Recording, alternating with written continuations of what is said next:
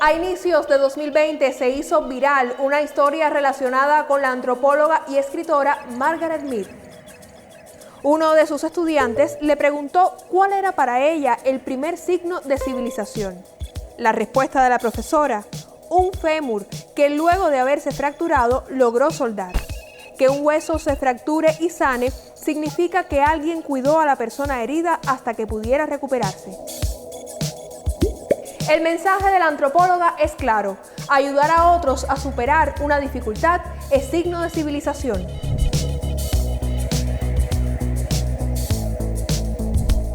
La COVID-19, primera gran pandemia de este siglo, demostró la necesidad de colaboración en todas las esferas de la vida y en especial en el ámbito científico. En este contexto, por ejemplo, se ha brindado libre acceso a investigaciones en curso y a muchísimos datos que sirven como punto de partida para nuevos estudios. A poco más de un mes de detectados los primeros casos, científicos chinos pusieron a disposición de la comunidad internacional la primera secuencia del genoma del SARS-CoV-2. Esto ocurrió en tiempo récord. Para que tenga una idea, descifrar todo el mapa genético del VIH demoró medio siglo. En el caso del nuevo coronavirus tuvimos acceso muy rápido al genoma, una especie de manual de instrucciones para su funcionamiento y transmisión. Junto a este código y con el propósito de diseñar mejores estrategias de control, los científicos necesitaban ver al SARS-CoV-2 que mide unos 100 nanómetros. Esto significa que en 1 milímetro pueden existir hasta 10.000 partículas virales. A esa escala diminuta solo accedemos a través de la microscopía electrónica. Especialistas de diversos países obtuvieron estas microfotografías compartidas en plataformas digitales de dominio público. Al alcance de todos quedaba un conocimiento útil para el desarrollo de tratamientos y vacunas. Investigadores cubanos también captaron imágenes del SARS-CoV-2. Científicos de varias instituciones trabajaron en equipo para lograrlo.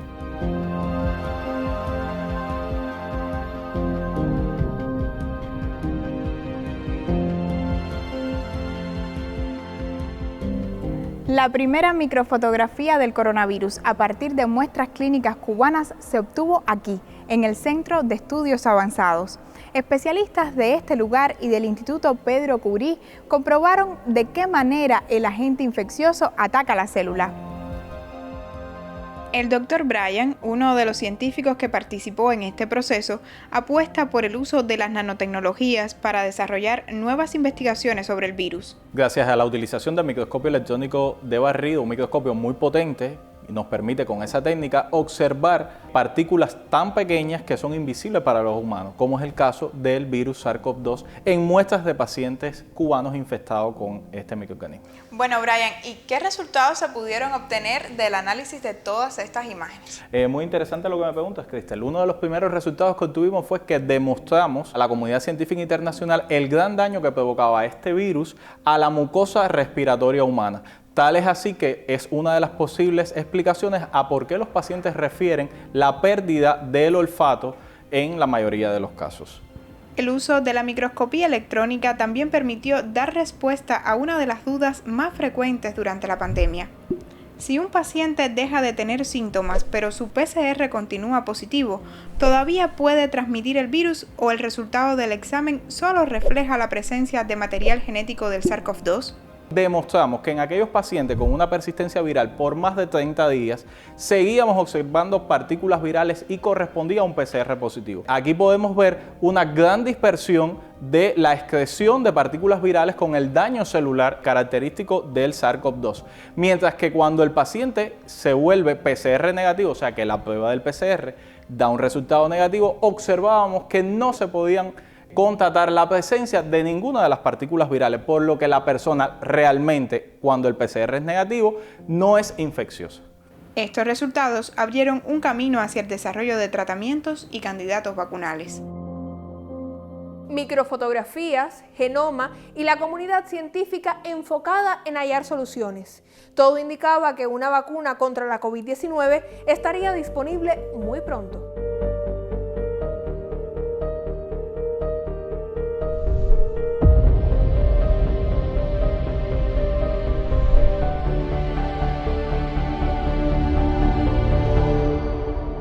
Sin embargo, la búsqueda de vacunas seguras y efectivas ha demostrado que el proceso de investigación es tan importante y noticioso como el resultado final.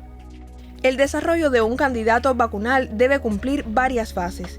En la etapa de ensayos clínicos pueden aparecer efectos adversos. Si esto ocurre, es necesario hacer un alto en el estudio, revisar el trabajo y ajustarlo.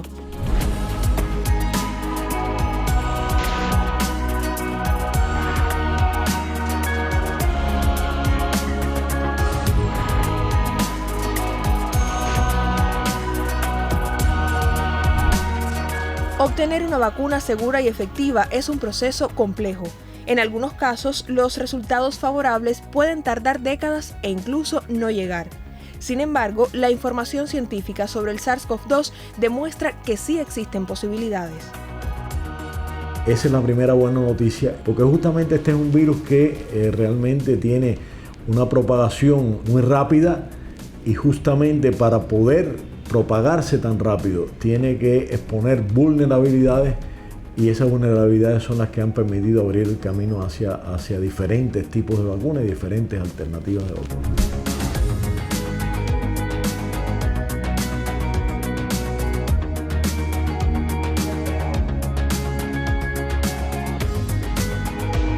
Una de las grandes ventajas que tienen todas estas vacunas que están siendo desarrolladas en Cuba es la conocida seguridad que tienen las plataformas tecnológicas en las cuales hemos avanzado. Y por otra parte, el reto fundamental, una vez que probemos la seguridad de estas vacunas, estará en encontrar cómo se comporta cada una con respecto a los niveles de inducción de la respuesta inmune y los niveles de protección que son capaces de inducir. Todos los candidatos vacunales cubanos se encuentran en diferentes fases de ensayos clínicos. Soberana 01 y 02 forman parte de las vacunas contra la COVID-19 más avanzadas, según el listado oficial de la Organización Mundial de la Salud. Para llegar a estos resultados, trabajan en equipo especialistas del Instituto Finlay de Vacunas, del Centro de Inmunología Molecular y de la Facultad de Química de la Universidad de La Habana. Esa estrategia de colaboración propone una mirada transformadora sobre el modo de hacer ciencia que incluye el vínculo entre las empresas y el conocimiento generado desde la academia. Todo el mundo nos pregunta cómo fue que llega a la Universidad de La Habana el proyecto de Soberana. Es una duda que tienen mis amigos y que tienen incluso dentro de la universidad. Realmente por allá por el mes de mayo el profe Vicente Vélez nos llama y nos dice que necesita asesoría tecnológica, que necesita que nuestro grupo participe en el desarrollo de la vacuna. Y en específico necesitaba que nuestro grupo desarrollara un procedimiento de unión de dos proteínas, de dos moléculas muy grandes y muy complejas que convertirían esa unión de esas dos proteínas en una molécula más inmunogénica. Significa que va a proteger a nuestro organismo mejor contra el virus SARS-CoV-2. Para nosotros fue un gran honor, pero también una responsabilidad, porque cuando nos piden que necesitan algo específico, realmente nosotros sentimos que parte del proyecto dependía de las capacidades y del conocimiento que tenía nuestro grupo en la Universidad de La Habana para con ello.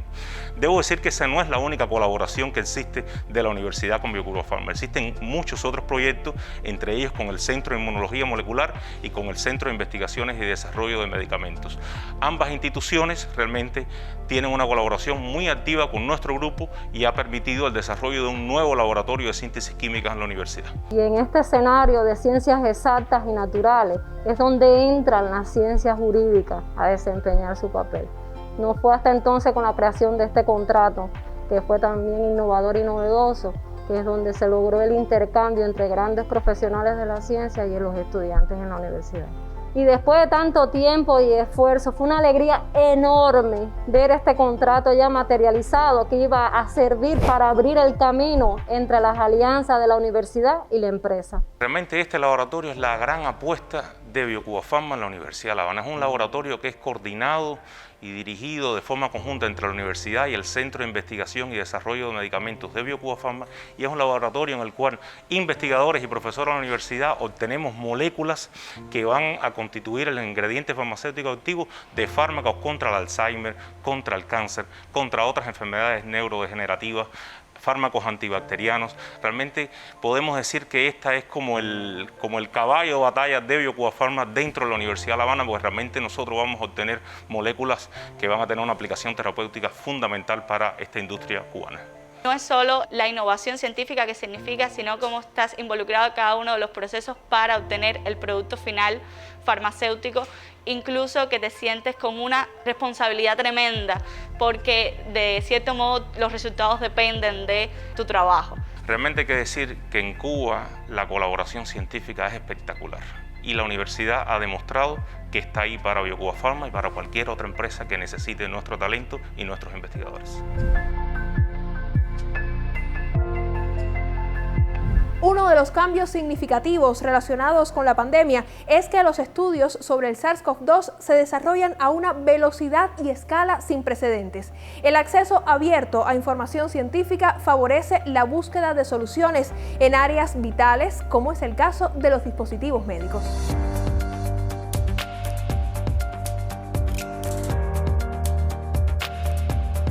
Códigos abiertos disponibles en Internet permitieron diseñar dos tipos de ventiladores pulmonares. En el caso del modelo invasivo, hablamos de los que se acoplan mediante intubación a pacientes graves y críticos en unidades de terapia intensiva. La otra variante son los no invasivos, útiles para asistir a personas con síntomas menos complejos. Para nosotros fue de gran ayuda tener acceso a códigos abiertos de diferentes universidades. Por ejemplo, la Universidad Tecnológica de Massachusetts, la Universidad de Bélgica, entre otras, que compartieron planos de sus ventiladores y al igual que ellos compartieron sus conocimientos, nosotros pensamos publicar en algún momento nuestros adelantos y todo nuestro know-how para que otro grupo en otro lugar del mundo ante una situación de crisis pueda usarlos también y pueda tener un ventilador de emergencia en corto plazo.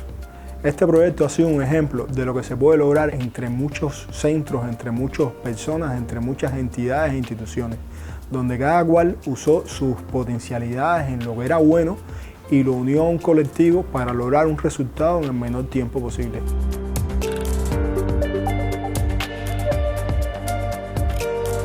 Durante el 2020, múltiples equipos de investigación compartieron sus artículos sobre la COVID-19, disponibles en Internet sin límites.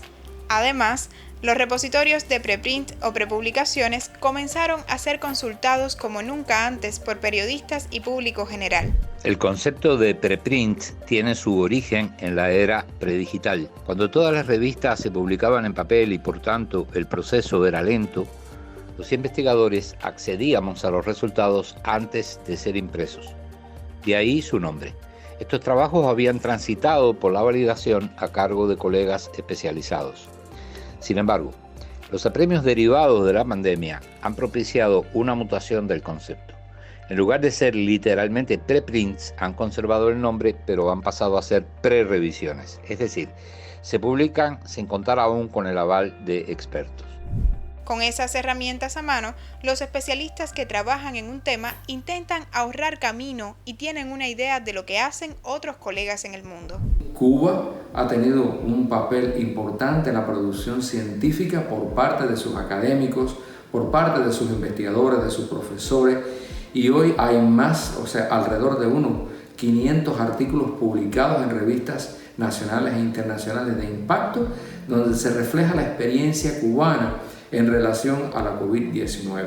También Cuba ha trabajado en materia de los preprint y hay alrededor de unos 30 artículos en estas condiciones, también puestos a la comunidad científica internacional, llevando con la inmediatez que se requiere información para su interpretación adecuada. Los artículos que aparecen en servidores de preprint deben consultarse con cautela porque aún no han sido validados con el rigor de la ciencia. Muchas noticias sensacionalistas durante la pandemia surgieron de la inadecuada interpretación de estos trabajos. Algunos hallazgos presuntamente válidos, relacionados por ejemplo con posibles fármacos para tratar la COVID-19, alcanzaron gran notoriedad antes de que se comprobara definitivamente que no tenían las propiedades que se les atribuían. Entonces, resulta que la producción de preprints, si bien ha tenido efectos positivos porque permitió un acceso rápido a los resultados, en algunos casos resultó una práctica nociva por incumplir con el debido rigor científico. Estas experiencias invitan a estar muy atentos a evitar una aceptación acrítica de la información que está disponible con acceso abierto en Internet. También vinculado con el escenario digital, otro de los cambios que impulsó la pandemia fue lo que muchos consideran como el mayor experimento de teletrabajo de la historia. Para algunos, el 2020 significó quedarse en casa alejados de su rutina laboral. Para otros, adaptarse a nuevas dinámicas de trabajo. Se pasa de hablar de horas en el puesto de trabajo a horas dedicadas al trabajo. Ahora bien, para aprovechar las potencialidades del teletrabajo, los empleadores deben garantizar el acceso y la interacción de los empleados vía telecomunicaciones en cualquiera de sus variantes. Y es entonces responsabilidad de los empleados su participación efectiva en acciones individuales y colectivas, sin requerir de una constante fiscalización por los distintos niveles administrativos. Como parte del teletrabajo, el empleado organiza su rutina, acomoda el entorno laboral a sus gustos y pasa más tiempo en familia. Pero no todo en el teletrabajo es simple porque, por ejemplo, requiere de un individuo con un efectivo autocontrol y profesionalidad. Los empleadores deben, por su parte, evolucionar hacia un nuevo tipo de pensamiento y relaciones con los empleados diferentes a las clásicas presenciales. Es responsabilidad del empleado la separación entre el trabajo y su vida, algo que puede resultar complicado de resolver por lo inusual de la situación. Requiere de nuevas competencias por parte del empleado que ahora integra un equipo virtual al que debe sumarse a partir de desarrollar nuevas competencias. Se reduce drásticamente la interacción social. A partir de la experiencia de teletrabajo en Cuba durante la pandemia, desde las redes sociales del Observatorio Científico, varios usuarios comentaron sobre la necesidad de una mejor infraestructura tecnológica en el país y de impulsar vías más asequibles para disponer de conexión a Internet. También compartieron puntos de vista sobre la importancia de un cambio de mentalidad en los empleadores al evaluar un trabajo que no se realiza en la tradicional jornada de 8 horas. Entonces, estamos hablando de aspectos de orden sociocultural y empresarial organizativo más que de problemas tecnológicos. El trabajo pasa a ser aquello que hacemos por encima de dónde lo hacemos. Aún en el supuesto de que se cuente con una estructura tecnológica de soporte de última generación, el pensamiento empresarial tiene que definir y propiciar las modalidades de trabajo remoto que puedan resultar efectivas en cada caso. Los sistemas informáticos y de telecomunicaciones existen ya hace unos buenos 20 años al menos. Por tanto, una vez más, estamos ante una situación que requiere el desarrollo de un nuevo pensamiento, nuevas estrategias esencialmente humanas. Ya sea por teletrabajo, estudio o para mantenernos comunicados con familiares y amigos, en 2020 pasamos más tiempo en escenarios digitales, a los que acudimos también para informarnos, pero no siempre a través de fuentes confiables. Si hago las gárgaras de sal seguido como corresponde durante 7 días, el próximo domingo la pandemia debe estar bajo control en el país solo haciendo gárgaras de sal. Ante supuestos tratamientos frente a una realidad poco alentadora, los usuarios comenzaron a preocuparse por consultar datos que estuvieran verificados.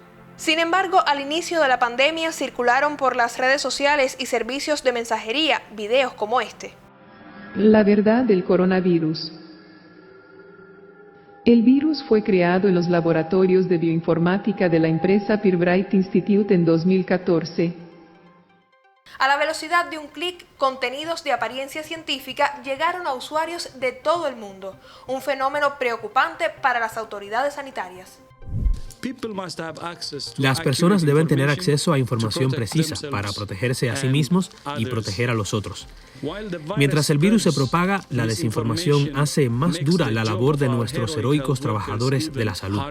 Está desviando la atención de los decisores al tiempo que causa confusión y extiende el miedo al público general. Junto a contenidos falsos y malintencionados sobre el origen del virus y la forma de curarlo, también al inicio de la pandemia aparecieron en redes sociales y algunos sitios de internet historias que mostraban cambios radicales en la naturaleza como una consecuencia positiva de la COVID-19. Pero en realidad esto no ocurrió así. El confinamiento paralizó muchas de las actividades económicas más contaminantes a nivel mundial. Por eso, países como China, Italia y Estados Unidos reportaron mejor calidad del aire y menores niveles de contaminación. Sin embargo, un estudio de Naciones Unidas confirma que la reducción en las emisiones de gases de efecto invernadero a raíz de la COVID-19 tendrá impactos muy limitados. De hecho, las principales estaciones de observación registran niveles más altos de dióxido de carbono si se comparan con 2019. Estos datos son una alerta, sobre todo si tenemos en cuenta que el CO2 permanece en la atmósfera y los océanos durante siglos. El mundo está lejos de cumplir los objetivos del Acuerdo de París sobre Cambio Climático, a pesar de las aparentes pruebas que proliferaron como noticia en Internet durante la pandemia. En medio de la desinformación, cobra fuerza una especie de red de consulta entre científicos, periodistas, personal de la salud y usuarios de Internet. La idea es colaborar en la verificación de datos. ¿Es el dióxido de cloro una cura para la COVID-19? ¿Las redes 5G propagan el coronavirus? ¿Cuánto hay de cierto en la imagen viral que alerta sobre los peligros de usar mascarilla? Los usuarios preguntan y desde las plataformas de fact-checking o verificación de datos, un equipo de trabajo investiga y evalúa la veracidad de un contenido. Para hacer fact-checking es muy importante ante todo tener en cuenta de qué sitio estamos leyendo la información. Si es de un grupo de WhatsApp, si es de un determinado sitio web, siempre buscar la fuente de donde salió esa noticia que estamos leyendo. Ver también dentro de esa noticia qué fuentes se utilizaron como testimonios de científicos o testimonios de personas y ver si esa persona existe en la realidad o si ese estudio que se menciona existe en realidad. Y en el caso de los periodistas también es muy sano contactar con fuentes especializadas que puedan contrastar un poco esa información para dar quizá una versión más verídica o más cercana a la que podría ser la realidad. En 2020, la revista cubana de divulgación científica Juventud Técnica habilitó un servicio de verificación de noticias accesible desde la red nacional para contrastar información dudosa. Además, en alianza con la Facultad de Matemática y Computación de la Universidad de La Habana y el proyecto Postdata Club, puso a disposición de los usuarios el tablero COVID-19 Cubadata. Esos datos los estructuramos y los publicamos y los liberamos, estamos estableciendo un enorme potencial. Si además de eso, el código que utilizamos para crear nuestra plataforma también lo liberamos, permitimos que muchas otras personas que quieran estar vinculadas al proyecto lo puedan hacer, como efecto ocurrió. Personas que nunca se reunieron físicamente, estamos hablando de total teletrabajo, y que hubo personas que colaboraron desde Cienfuegos, desde Santiago, Cuba, desde Ecuador, desde España, y el modelo colaborativo de datos lo permitió. A nivel mundial, la COVID-19 demostró la necesidad de explicar los procesos científico-tecnológicos desde el rigor del periodismo especializado. Yo creo que hay que tener en cuenta que hacer periodismo científico no es simplemente hablar de un tema de ciencia o de salud o de medicina. Hacer periodismo científico significa sobre todo contextualizar esa información, verla en sus antecedentes, en su complejidad, ver que no es un camino unidireccional, que hay retrocesos, que hay debate. Durante la pandemia, la ciencia ha estado en el centro de atención. Esto hizo que la relación entre periodistas y científicos fuera cada vez más estrecha. Y ahí apareció un tercer actor, que es el público. El público, con sus comentarios, con sus inquietudes, ha colaborado en esta unión entre científicos y periodistas, y al sumarse al público entre los tres se conformó una cultura científica cada vez más sólida. En esta etapa, la ciencia y la innovación se han vestido de largo. Mucha creatividad basada en un trabajo científico y profesional de gran calidad, caracterizado por una fuerte colaboración entre científicos, disciplinas e instituciones. Otro aspecto muy importante ha sido la gestión coordinada entre el gobierno y la comunidad científica y tecnológica. Un excelente sistema de trabajo que permite un diálogo fluido entre la ciencia y el gobierno, lo que ha facilitado y acelerado las decisiones. 2020, un año complejo, ha mostrado la imperiosa necesidad de proceder como un equipo global, donde las tareas deben coordinarse y distribuirse de forma organizada, permitiendo optimizar recursos, en especial tiempo, al evitar la duplicidad de esfuerzos y recursos invertidos. Esta no es una tarea sencilla. Ahora mismo el mundo se encuentra fraccionado, sometido a innumerables conflictos que pueden ser resueltos cuanto antes a partir del entendimiento de las urgencias de tanto humano necesitado. Debemos, tomando el ejemplo de nuestros antepasados, permitir que suelden las fracturas y sanen las heridas, potenciando el acuerdo, la colaboración y el uso conveniente de los avances del conocimiento. Superar situaciones como la pandemia pasa tanto por el entendimiento humano como por los avances de las ciencias y las tecnologías. No lo dude.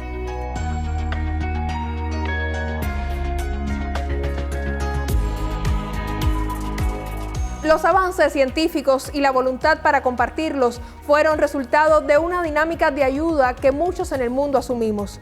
2020 demostró la necesidad de colaboración global y de que todo impulso a favor de la vida sea sostenido por el conocimiento.